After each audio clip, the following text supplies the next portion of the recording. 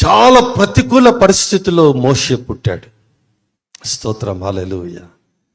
ఒక మగ శిశువు సౌండ్ వినబడితే చంపేయండి. మంత్రసానులను ముందే ఏర్పాటు చేశాడు ఫరో. ఎక్కడెక్కడ గర్భవతులు ఉన్నారో, గర్భిణీ స్త్రీలు ఉన్నారో వారి దగ్గరికి ముందే వెళ్ళండి, వెళ్ళి కాపు కాయండి, పుట్టే సమయానికి దగ్గర ఉండండి, వెంటనే పీకనుల్మి చంపేయండి. పురుషుడు మగ శిశువు పుడితే చంపేయండి అనే ఆదేశాలు ఉన్నటువంటి కాలములో మోషేని పుట్టించాడు. యెకోబెతు అమ్రాము దంపతులు మోషేని పుట్టించారు. స్తోత్రం, హల్లెలూయా. ప్రతికూల పరిస్థితుల్లో నుంచి మన జీవితంలో నుంచి మోషేలు పుట్టుకు రావాలి. హల్లెలూయా.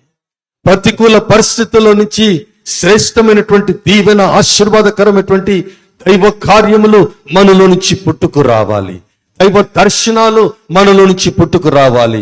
శ్రేష్టమైనటువంటి దేవుని కొరకు చేయగల సంకల్పములు మనలో నుంచి పుట్టుకు రావాలి. Irrespective of the situation we're facing, irrespective of the situation we're living in. సహజంగా మనము ఏదైనా మాట్లాడితే ఎందుకు ఇది జరగలేదు, ఎందుకు ఇది చేయలేదు అని అంటే ఏదో ఒక సాకు చెప్తాం. చుట్టూ పరిస్థితులు బాగోలేవు, ఇంట్లో పరిస్థితులు బాగోలేవు, ఉద్యోగ పరిస్థితులు బాగోలేవు, ఆర్థిక పరిస్థితులు బాగోలేవు, అంత చికాకుగా ఉంది, అంత అయోమయంగా ఉంది.